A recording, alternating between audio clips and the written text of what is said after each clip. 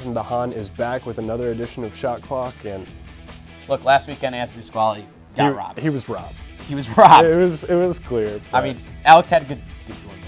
Yeah. No disrespect to Alex, but Patrick, Anthony had one of the best shot clocks of all time. Hello and welcome to this edition of Illini Sports Night's Shot Clock. I'm your host, Nathan Dehaan, joined here by Brendyn Jones from WPGU's Illini Drive and our reigning champion, Alex Aguilera from the Daily Illini. Alex, welcome back. Thanks, Nathan. It's good to be back. Well, last time Alex won based on his knowledge of Illinois men's basketball, and that's where we're going to start on this edition of Sports Night. Alex, 5 games left for the Illinois basketball team before the Big Ten tournament. Who do you think specifically needs to step up for the Illini? Well, it's got to be Georgi Bezhanishvili. This guy has fallen off this year, unfortunately. Hasn't had the season that he had last year.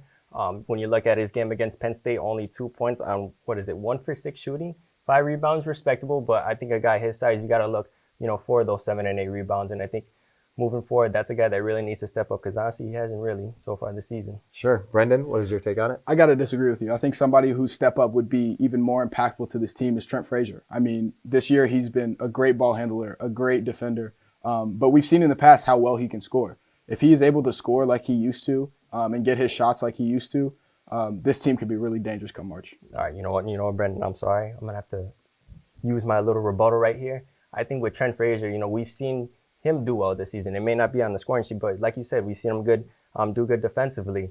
So I think, with Trent Frazier, he's shown what he can do, outside of scoring. So I think, moving forward, Trent Frazier, he's done well. He's done well. I don't think, you can expect him to improve, scoring-wise. I'm not worried about that, but I think Georgie B is in a position where we haven't seen him before. And I think that's where he definitely needs to improve. Alex with the first use of the rebuttal at Illini Sports Night's Shot Clock. And I'm going to give the point to Alex. I completely agree. I think Georgi Bezhanishvili has been kind of a disappointment for Illinois basketball so far, and it would be good to see him step up. Well, Illinois men's basketball isn't the only sport in action. On the rest of this version of Shot Clock, we're going to be bouncing around between a lot of the different sports in action. Brendyn, I'm going to start with you on this time, and we're going to go to Illinois tennis. They had a tough non-conference schedule, but going forward, how do you think that tough schedule is going to benefit them in the long run? Well, I mean, of course, the record's not going to look great when you're looking back at this non-conference, but individually, it's going to help them so much. Alex Kovacevic last month was able to take down somebody who won the singles NCAA championship last year. Alex Brown was able to win against a top 5 opponent this year. Individually, this non-conference stretch is going to help them so much in their experience.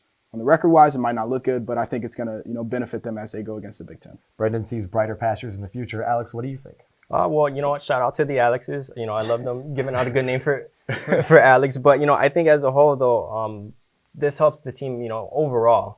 I think, going up against, teams like Duke, like Florida, seeing those really good teams, I think just helps the team as a whole, excuse me. So I'm sorry if I'm being repetitive.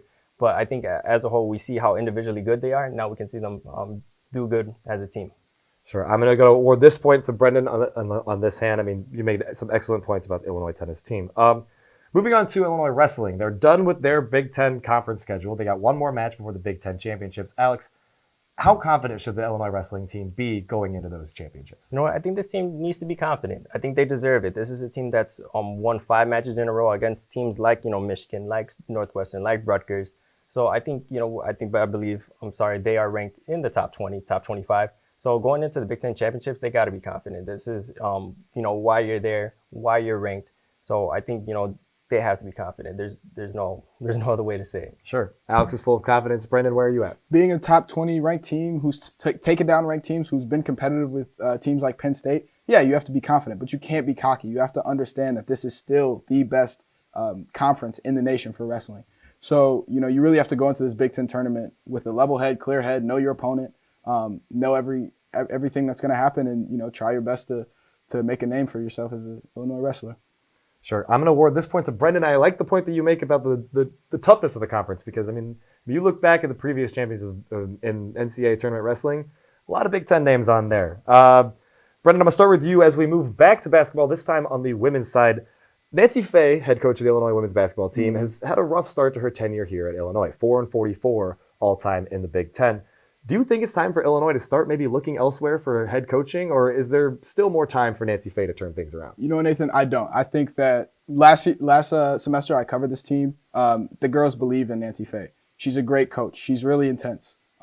What it really comes down to is recruiting. She hasn't had the recruiting success that you really need, but she's also only been here for 3 seasons. So that recruiting base is building. I think that in the future, that recruiting base will be better, and this team will be way more competitive because on the court, they're playing more competitive. Their record might not show it, but they are playing more competitive. Okay, Alex? I would, as much as I love Nancy Faye, I think there isn't a sense of urgency to look right away, but I think you have to keep it in the back of your mind. I mean, 4-44 in 3 years, that isn't a very good look. And granted, recruiting can be hard and it takes time, but I feel like, next season is where we really need to start seeing some type of significant improvement. You got players like Kennedy Miles, like Jada Peoples, and I think, you have to roll with those players moving forward. But if not, then I think, you need to start looking elsewhere. Understood. I want to throw my rebuttal out there. I just want to say that Go ahead. those players that you just mentioned are freshmen. So even if they aren't, as impactful as they should be next year, they're only sophomores. Then they have their junior, their senior year, and then recruiting and transfers coming in. I don't know how, I feel like 1 year may be too short for Nancy Faye. Brendyn, even with your coverage of this team and even with your rebuttal, I have to agree that Illinois fan bases can tend to get stingy and want to see success soon. I mean, you look at how maybe the Illinois football fan base felt before this year, and success had to be shown, and it was shown on the field in that sport. And right here, I think it's true. I think that standard needs to be held above all sports. So would you look at that?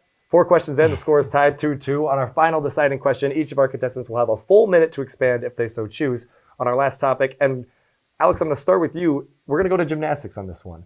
The Big Ten sometimes struggles when it comes to playing the other conferences or facing the other conferences in match play, Big 12s, the SECs and whatnot. And sometimes the athletes feel that it's sort of on the Big Ten conference to maybe work towards a higher level of competition, higher level of talent and more exposure for the gymnasts. So how do you think, if you're the Big Ten conference or if you make the decisions here, do you up that level of competition and get that higher level of exposure? I think, that's where it's at. You need to, these Big Ten teams need to start playing better competition. And I think even sooner, you look at it basketball where you have the Big Ten ACC tournament right off the bat to start off the season. I think if you can implement something like that for women's gymnastics, that just helps not only, Illinois, but just the Big Ten conference as a whole. And I think from there, maybe you can start looking at TV deals where you can bring in more money into gymnastics, not even just women's gymnastics, but also men's gymnastics. So I think, just getting that exposure is the first thing. Yep. Brendyn, going to you. Yeah, this is definitely an issue that starts at the top with the Big Ten Conference itself. You have to put the resources in this sport. Big Ten basketball is great. Big Ten football is great. Big Ten academics are great. You have to give the resources to this sport that it needs to continue to be on par with the rest of the conferences. People want to go to Big Ten schools, especially if they're from the Midwest. So you really have to look at what you're contributing, to gymnastics to make it a premier sport in this nation from this conference. And yeah, I think that starts at the top with the resources that, they give the sport. All right. Well, on my final point, I'm going to have to award it here to Alex. I love the idea of interconference play. I mean, you do think about the Big Ten ACC Challenge and some of the other things that other conferences do to face off against other conferences, and yeah, build that exposure, and also gives a little bit of that conference edge. See who's better. Speaking of edges, congratulations! You're looking like a tough opponent right now. Cool, let's go. Hey, but you know what? I gotta give props to my man Brendyn. You definitely you gave me a little scared a little bit. I gotta admit.